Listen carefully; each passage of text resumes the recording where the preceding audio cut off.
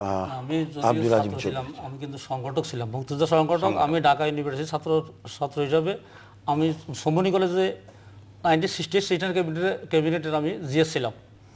এটা আমাদের জন্য ভয়াবহ একটা ক্যাম্প ছিল। এখানে মালয়েশিয়া রাজাকার অত্যন্ত বেশি ছিল। আমরা যদি আক্রমণ করি, আমরা ওই দিন একাত্রে শানবাগ হেডকোয়ার্টার, সিলোনিয়া মানে ফেনী সিলোনিয়া এবং সেতুভাঙ্গা বসুরহাট 3 জায়গায় একাত্রে আক্রমণ করি।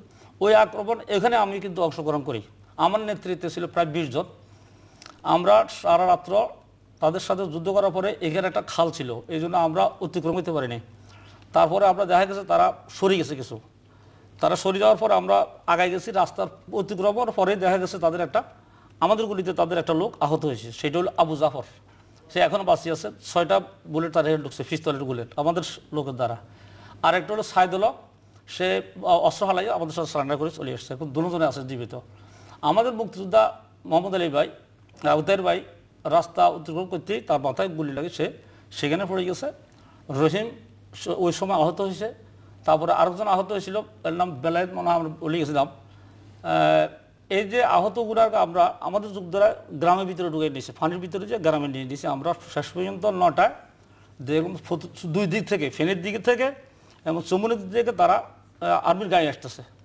আর্মির গাড়ি দেখে আমরা তখন আমাদের সিগন্যাল দিলাম, আমরা এখন উঠে যাই, প্রত্যাহার করছি।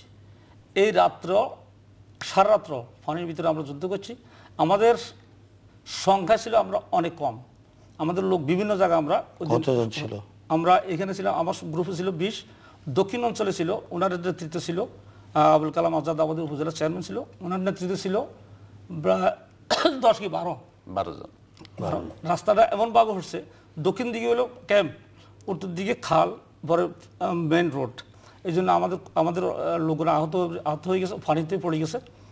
যাই হোক, আমরা তো ওই যুদ্ধের পরেও আমরা নভেম্বরে আমাদের যে যুদ্ধটা হয়েছে, এটা আমরা যদিও আজকের ফ্যাক্টর নয়, কিন্তু আমরা নভেম্বরে আমরা হারাইছি আমাদের 2 ভাই, এই মোহাম্মদ আলী আর একটা হলো হামিদুল মোহাম্মদ আলী, আর হলো আব্দুর রহিম। এই এখন আমরা একটা মুক্তিযোদ্ধা হিসাবে যারা আমাদের সাথে সেই সশরীরে অংশগ্রহণ করে যুদ্ধ করে নিহত হয়েছে, তাদের আজ পর্যন্ত 1971 যুদ্ধ হয়েছে, আজ পর্যন্ত তাদের কবর কোথায় কোনো আমাদের মুক্তিযোদ্ধা সংসদ অথবা সরকার, কোনো সরকার আমাদের এটা দেখেন। 1969 সালে গণ আন্দোলনে আমরা 7 জন শহীদ হয়েছে। আমার নেতৃত্ব তখন আমরা কালো পতাকা থানায় লাগাইতে যাইয়া আমাদের 7 জন শহীদ হয়েছে। তাদের কয়েকজনের কবরের কাছাকাছি যাইয়া আমরা অনেকদিন কাকুতি মিলিত করছি এত নিশানা রাখার জন্য, তাদের কবরের নিশানা রাখার জন্য। একটা শহীদ হয়েছে এই দেশের জন্য। আমরা কোথায় রেখেছেন কবরগুলো? একটা হচ্ছে যারা 69 যারা শহীদ হয়েছেন তাদের কবর একটা আছে হেডকোয়ার্টারে, আর বাকিগুলা 1 মাইলের ভিতরে বা 2 মাইলের ভিতরে। 2008 সালে প্রধান শিক্ষক MLA হাই স্কুল থেকে আমি রিটায়ার করছি, এখন আমি অবসর আছি। এর আগেও আমরা চেষ্টা করছি, রাজনীতিবিদদের কাছে আমরা অনেকবার কাকুতি বিরোধী করছি, তাদের কবরগুলো অন্তত পক্ষে সংরক্ষা করার জন্য। যেহেতু মুক্তিযোদ্ধা সরকার, সপক্ষ সরকার, এই সরকারের কাছে শ্যানবাগে যে শহীদগুলা 1969 সনের গণ আন্দোলনের, 1971 যুদ্ধের সময় যারা শহীদ হয়েছেন, তাদের অন্তত পক্ষে কবরগুলো তাদের সংরক্ষা করার জন্য আপনি সেটা বললেন। আর এখানে একটা ব্যাপার আমাকে